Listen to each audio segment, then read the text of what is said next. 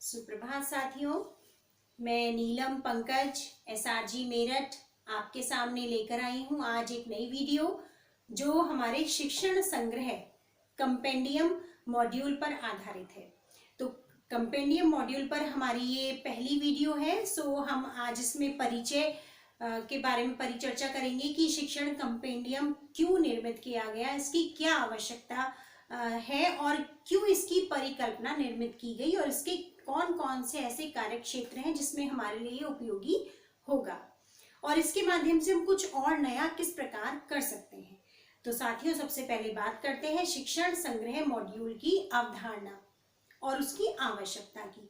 तो जैसा कि हम सब जानते हैं फ्रेंड्स कि पिछले कुछ वर्षों में हमारे शिक्षा के क्षेत्र में बहुत क्रांतिकारी परिवर्तन हो रहे हैं। आपने देखा ही है कि बहुत सारी ऑनलाइन कॉम्पिटिशन्स ऑर्गेनाइज किए गए और उन एप्लीकेशंस मांगी गई और उसमें पार्टिसिपेशन किया गया टीचर्स के द्वारा और उसके बाद उनके द्वारा किए गए कार्य को सराहा गया, उन्हें पहचान मिली और उन्हें और अभिप्रेरित किया गया कि वो कुछ और नया करें। तो इसी प्रकार से यहाँ जैसा आप शब्द से ही समझ रहे हैं, नाम समझ रहे हैं इसका, शिक्षण संग्रह। It's a collection of all the strategies, all the different aspects related to educative field that can be beneficial for the teachers. कि इसमें उन सभी अवधारणाओं को समाहित करने का प्रयास किया गया है जिसके माध्यम से एक टीचर लाभान्वित हो सकता है। तो इसमें विभिन्न शिक्षक तकनीक की बात की गई है और इसमें बाला का भी रेफरेंस दिया गया है। आकलन की परिकल्पना भी दी गई है कि आकलन क्यों किया जाना चाहिए। इसमें कुछ टीचर्स की केस स्टडीज के बारे में भी बताया गया है और टीचर्स के लिए कौन कौन सी ऐसी वेबसाइट, कौन कौन से ऐसे प्लेटफॉर्म है जो बहुत बेनिफिशियल हो सकते हैं, उसके बारे में भी परिचर्चा की गई है। तो पहले हम बात कर लेते हैं कि शिक्षण कंपेंडियम या जो शिक्षण संग्रह मॉड्यूल है वो कितने भाग में है, कि उसके कौन कौन से मेन टाइटल हैं। तो सबसे पहला जो टाइटल है इसका, शिक्षण संग्रह की अवधारणा और आवश्यकता, the concept of compendiums, necessity and the perspectives. साथ ही साथ अगर हम बात करें तो ये दूसरा जो इसका भाग है वो है शिक्षण संग्रह की अंतर वस्तुएं। अंतर वस्तुएं मतलब इंक्लूजन्स, कि कौन कौन सी चीजें इसमें इंक्लूड की गई हैं।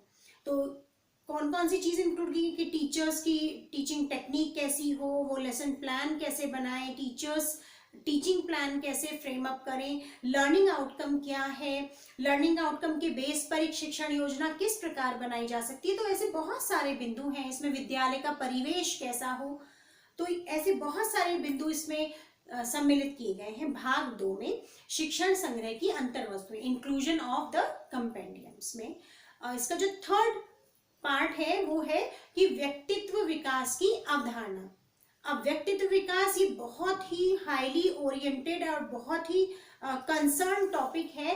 क्योंकि पिछले कुछ समय से हमारे जो पाठ्यक्रम है या जो हमारी शिक्षण पद्धतियां हैं उनमें से कुछ ऐसे नैतिक मूल्य या संस्कार या इन सब जो जीवन के लिए आधारभूत गुण माने जाते हैं उन सब से संबंधित पाठ्य वस्तु का थोड़ा सा कह सकते हैं कि कमी हो गई थी। तो अब यहाँ पर एक बार पुनः उन सब चीजों पर बल दिया जा रहा है। आप देखेंगे तो निष्ठा में भी जो पर्सनालिटी डेवलपमेंट था उसका पूरा एक सेशन लिया गया था, पूरा मॉड्यूल था। और न्यूपा लीडरशिप के अगर किसी ने प्रोग्राम अटेंड किया हो 10 डेज का, तो उसमें भी पर्सनालिटी डेवलपमेंट का पूरा एस्पेक्ट क्लियर किया गया था। तो कहने का मतलब ये है फ्रेंड्स कि जो अब हमारी शिक्षा की संकल्पना है उसमें व्यक्तित्व निर्माण की अवधारणा को बहुत ही प्रमुख स्थान दिया गया है। तो इसमें भी हम विभिन्न बिंदुओं के बारे में बात करेंगे कि पर्सनालिटी के डेवलपमेंट के लिए कि पर्सनालिटी डेवलपमेंट का अर्थ क्या है, उसके लिए कौन कौन से गुण होने चाहिए, कौन सी ऐसी स्ट्रेटेजीज हैं जो हम बना सकते हैं अपनी पर्सनालिटी को और डेवलप करने के लिए। तो ये हमारा भाग 3 था। अब हम बात करते हैं भाग 4 के लिए। तो इसमें ये कहा गया कि भाग 2 में, जैसे मैंने अभी कहा कि भाग 2 में शिक्षण योजना किस प्रकार बनानी चाहिए ये बताया गया। भाग 3 में व्यक्तित्व का विकास कैसे हो। भाग 4 में बताया गया है कि सीखने के लिए आकलन कैसे किया जाए। तो आकलन की जो प्रक्रिया है इसमें कौन कौन से बिंदु होते हैं इस सब के बारे में हम पहले भी आप तक वीडियो प्रेषित कर चुके हैं। छोटा सा संक्षिप्त परिचय यहाँ देते हैं कि आकलन मतलब जस्ट टू चेक कि वो लर्निंग आउटकम जो हम बच्चे में इनबिल्ड करना चाह रहे हैं, क्या बच्चा उसको प्राप्त कर चुका है, इसे देखने के लिए बच्चे की जांच करना। तो आकलन दो प्रकार के होते हैं, फॉर्मेटिव एंड सुमेटिव। इसके बारे में हम पहले भी बात कर चुके हैं और आगे भी बात करेंगे। तो फिलहाल मैं आपको बता देती हूँ कि ये जो सीखने का आकलन था, ये हमारा भाग 4 है कंपेंडियम मॉड्यूल में।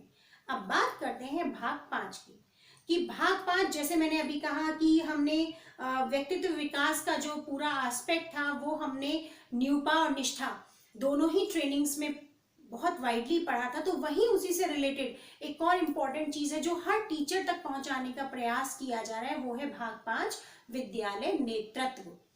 और ये पर्टिकुलरली जो हमारे प्रधानाध्यापक हैं या जो हमारे इंचार्ज टीचर्स हैं उनके लिए बहुत बेनिफिशियल है कि how should they interact with the stakeholders, how should they seek out the new strategies, and how should they coordinate like the SMC members, administrative level, and as well as the teachers also and the student also.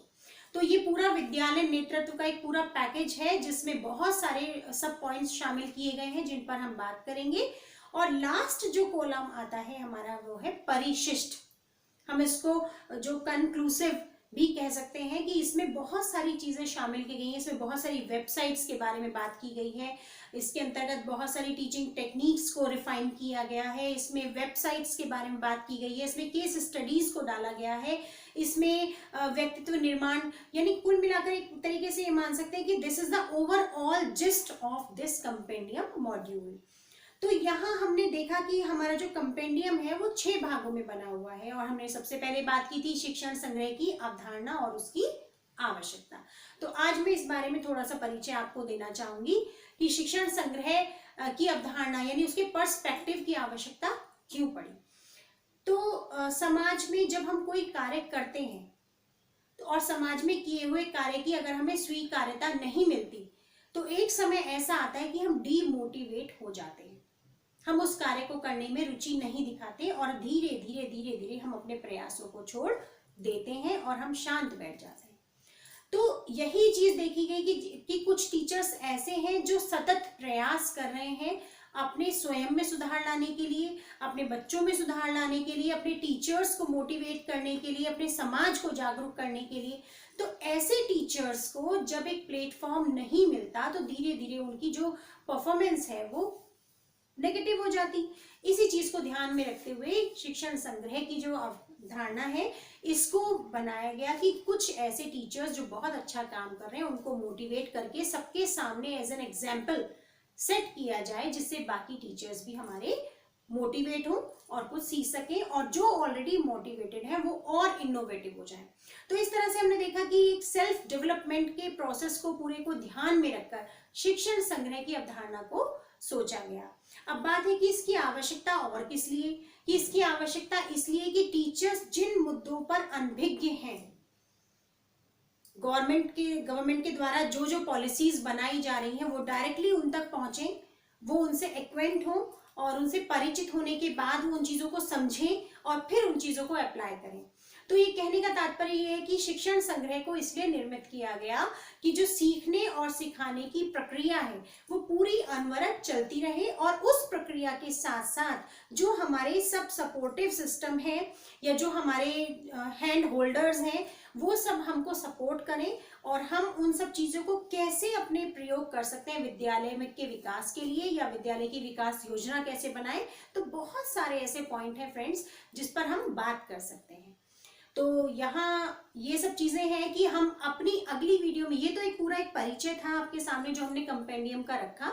अब अपनी अगली video में हम एक एक title को लेकर पूरा एक्सप्लेनेशन आपके सामने देंगे और आशा करते हैं कि आप इन वीडियोस को देखकर अपनी समझ को विकसित कर पाएंगे। ऐसा ही छोटा सा प्रयास है। तो इस छोटे से प्रयास के साथ thank you friends. Neelam my self दूसरी वीडियो में आपके सामने फिर उपस्थित होंगे। तब तक के लिए नमस्कार।